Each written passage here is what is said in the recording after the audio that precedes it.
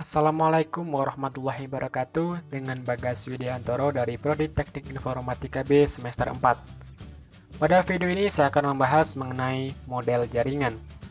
Sebelum masuk ke materi, mari kita melihat mind map terlebih dahulu agar kedepannya nanti lebih mudah. Untuk poin pertama, saya akan membahas mengenai tugas berlapis. Kemudian dilanjutkan pembahasan mengenai model dan lapisan OSI. Kemudian pembahasan mengenai TCP/IP dan terakhir pembahasan mengenai pengalamatan. Nah, baiklah, kita sudah selesai melihat mind map. Sekarang waktunya masuk materi. Untuk poin pertama yaitu tugas berlapis. Di sini ada lapisan atas, lapisan tengah, dan lapisan bawah.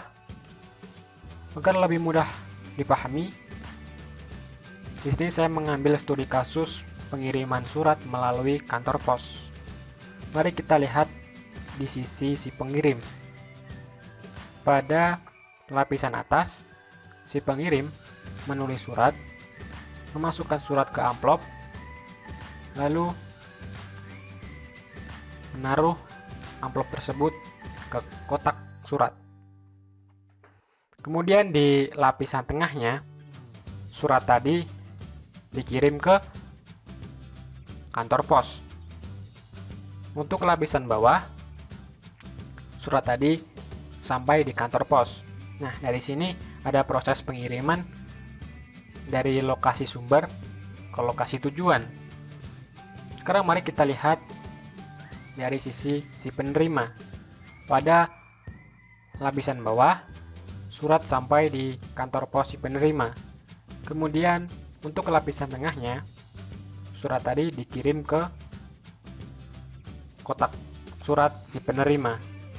Kemudian di lapisan atas, si penerima mengambil suratnya di kotak surat lalu membacanya.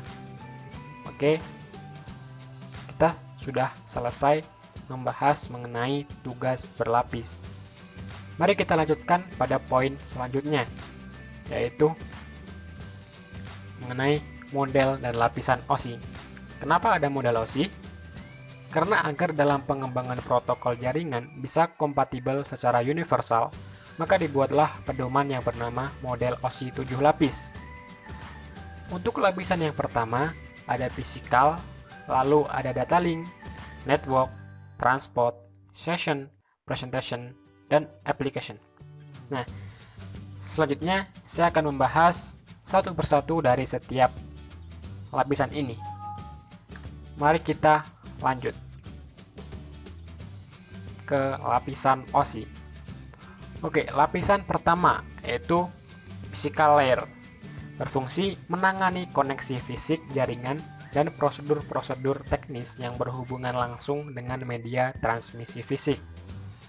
Nah, seperti itu adalah fungsi dari physical layer. Kemudian kita lanjut ke lapisan selanjutnya, yaitu lapisan data link layer.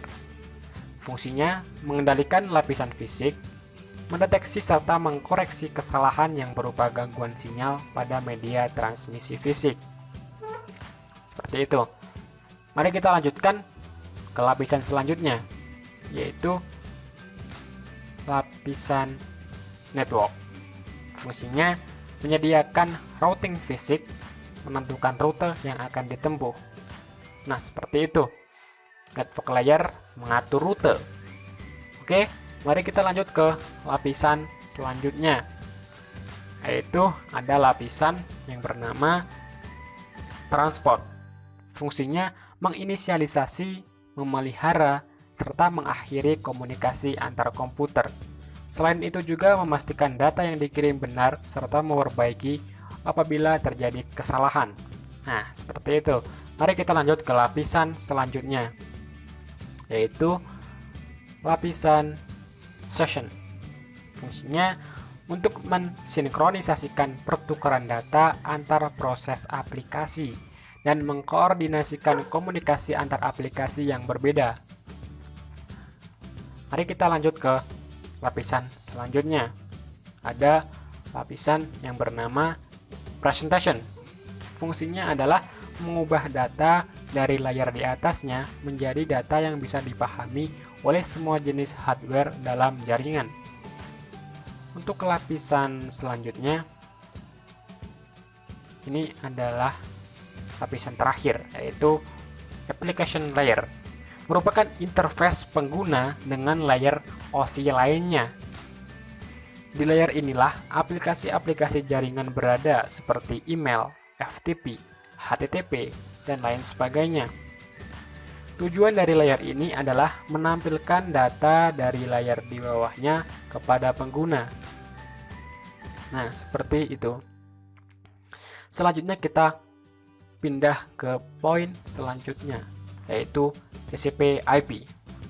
Sebelum dikembangkannya model OSI, terlebih dahulu telah hadir TCP/IP, yang mana merupakan seperangkat protokol hierarki 4 lapisan. Oke.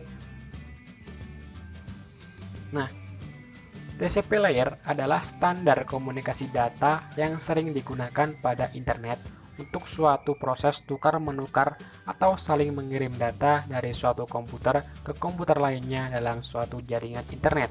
Nah, seperti itu. Jadi, proses tukar-menukar data antar komputer dalam suatu jaringan internet. Selanjutnya,